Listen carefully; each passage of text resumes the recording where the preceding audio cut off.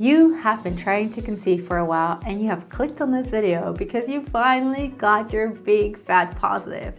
Or maybe you're not quite there yet, but you imagine that you soon will be and you're wondering, what happens next after you find out that you're finally pregnant? Hello my lovelies, and welcome to another one of my videos, which is a super happy, excited, upbeat video because we're going to talk about 5 things that you can start doing as soon as you found out that baby is on their way. It is an amazing feeling, isn't it? The moment you have that positive test in your hands and then it starts to sink in.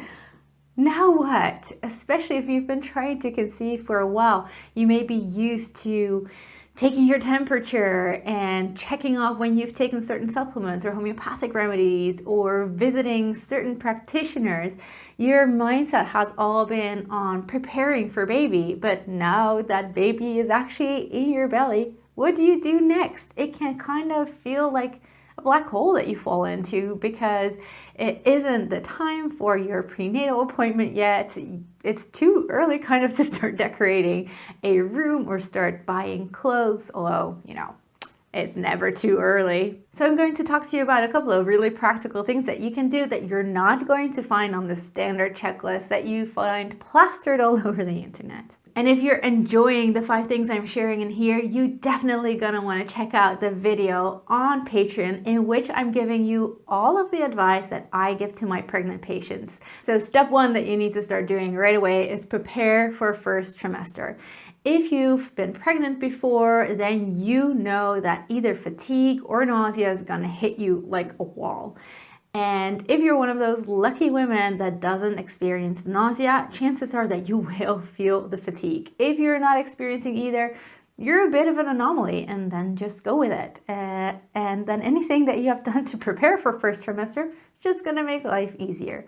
But seriously, don't underestimate how you can get floored by nausea or fatigue. And I do have a really cool video for you on how to battle morning sickness, which is all day or all night sickness for some. And I'll make sure to link that video in as well.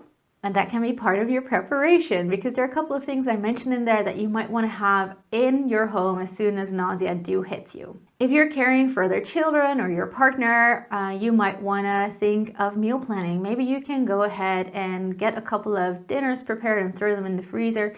These are the things that we think about end of pregnancy, but actually it's really helpful beginning of pregnancy before you're not really able to do it anymore. Maybe you want to make a list of a couple of things you always want to have in your home. Maybe some toiletries or some things that don't really expire so that you don't actually have to go out shopping when you don't want to, or you can't because, you're all drama on the couch. You're also really going to want to block off time in your calendar. Go and have a look at the next 10 weeks, depending on how far you are in your pregnancy, but 10 weeks kind of makes sense. And just start putting big fat X's wherever nothing has been planned yet. And if there are activities in there that you have planned but that you think you could get away with, just skip them. Seriously, because if fatigue or nausea do hit you, you're going to be able to reduce the fatigue, reduce the nausea if you're easy on yourself. So it's better if you're easy right from the get-go. Just remember, there's a lot going on in your body. It's not just this little person that's growing, but your body has to adapt to this completely different hormone balance. It's exhausting, honestly. If you already have children or you have fur babies, make plans for others to be able to take care of them when you're not really able to. So this is also the time to have that conversation with your partner so they can be around and take over a couple of the responsibilities that you guys might be used to you doing. Speaking of meal planning, I highly recommend making some bone broths in advance because sometimes when you're feeling super sick, that is the one thing that you'll be able to take, especially if it's a little bit salty. That will be really helpful, and it's so easy to make, and with all the collagen and all of the vitamins and minerals in there, this is the perfect grab to go if you're pregnant. Now I know a lot of you want to know, do I keep charting? Well, yes, you can. It really depends on why you want to keep charting. For some of my patients, it's super helpful to keep charting if they're worried about a miscarriage that has to do with lower progesterone. So if you have a history of low progesterone or early miscarriages that start off with spotting or bleeding right away, a short luteal phase, and if you're not sure what that is, go check out the video I will link up here, then it might be helpful for you to keep charting, because as long as you're seeing your temperature being up pretty much and not really crashing down, that can be a nice confirmation, because your temperature is up high enough and your progesterone will then be high enough. However, if you're going to stress out over every little dip, then maybe it's not a good idea for you to keep charting. Also, if you're using any kind of progesterone supplementation, there's no point in charting, because the temperature will be kept up artificially. So even if a miscarriage is impending, you won't know, because the progesterone in your body will be high enough to keep the temperature up. Just keep in mind that when there is a miscarriage, your temperature can still stay up because your body still thinks that's pregnant, even though the baby has stopped developing. Well, so much for the not so fun part, but at least now you know what to do. Should I keep charting or not? It's up to you. If you want to keep charting, you can kind of dip in and out of taking a temperature here and there as well, and just see a pattern over a couple of weeks. And then keep in mind that by week 12-ish, the placenta will take over producing progesterone. So past that, the charting won't make much sense anymore anyway, and you will probably see your temperature dip. As far as charting, this is a great moment to really calculate your due date as well, because although it's not so relevant right now, it is in 40-ish weeks. You know that I always talk about how ovulation doesn't necessarily happen on day 14. But if your practitioner is going to calculate your due date on the first day of your last period, which is the common way to do it, then your due date might be off. If you have ovulated quite a bit later in your cycle, for example, that means that the due date should be pushed back, especially these days where unfortunately inducing labor is so common. You're going to want to have something on paper or on your phone that says, hey, that due date is not right.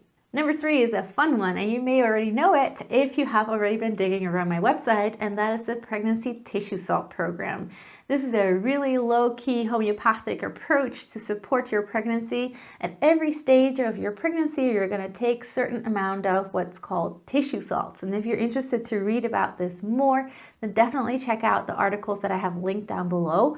But the idea is that you're supporting your body to take up the right nutrients from your foods that are relevant for every stage of pregnancy, either for you or baby or both. So for example, at the end of pregnancy, it's very focused on making sure that you don't retain too much water so that you don't develop high blood pressure, and also to prepare your body to be nice and elastic so that you can actually push through ahead. While in the beginning of pregnancy, it's very much focused on supporting the brain development and the bone development of baby. And this part isn't sponsored, just so you know. But I've been getting a lot of questions about what brands can I get. So Highlands is a great one. You can get Jackson's, you can get New Era, and then anything that's called Schussler salt. So the fourth thing you can do is actually head on over to my Patreon and grab that video that I just talked about, because in that video I'm talking about the safety and unsafety of ultrasounds, and I have some articles on this on my website as well. But in this video, I'll talk about it a little bit more in depth, and also talk about the blood tests that are relevant for you to get in the beginning of your pregnancy, especially if you don't want to get an early ultrasound, but you want to have the right tools to monitor your pregnancy, right? That everything is going the best way that it could, basically. In this video, I'm also talking about some supplementation, so you definitely don't want to miss it. And then my last tip is read anything by Ina May Gaskin. She has been a midwife for ages, and she's written up all of these cases of women that labored and gave birth at home, and she's been talking about the safety and non-safety of delivering in the hospital or at home. And I'm not telling you whether you should be delivering at home or in hospital. What I do want you to get is a different mindset on pregnancy. It is really sad, but somehow the moment that we are pregnant, especially in the West, we go into this really medical trajectory, and we are treated as a potential risk, as a potential catastrophe. And this leads to all of the blood tests, all of the scans, all of the other types of tests and checks just to check if maybe you are at risk of this or that or so, or your baby is, and it causes a lot of fear. And I want you to embrace the idea that pregnancy is something healthy, something amazing your body is doing, something amazing your baby is doing. They're growing into this little human. And yes, it's good to be able to recognize when something is up, but I want to protect you against all of this overdiagnosing because it's definitely not in your best interest. And if you start with Ina May Gaskin, I think it will really change your perspective of birth and as a result of pregnancy as well. And it will point you towards other resources that are fantastic. So go check out that video on Patreon I mentioned, or have a look at this video that's all about battling morning sickness. And in the meantime, see you in the next video. Bye.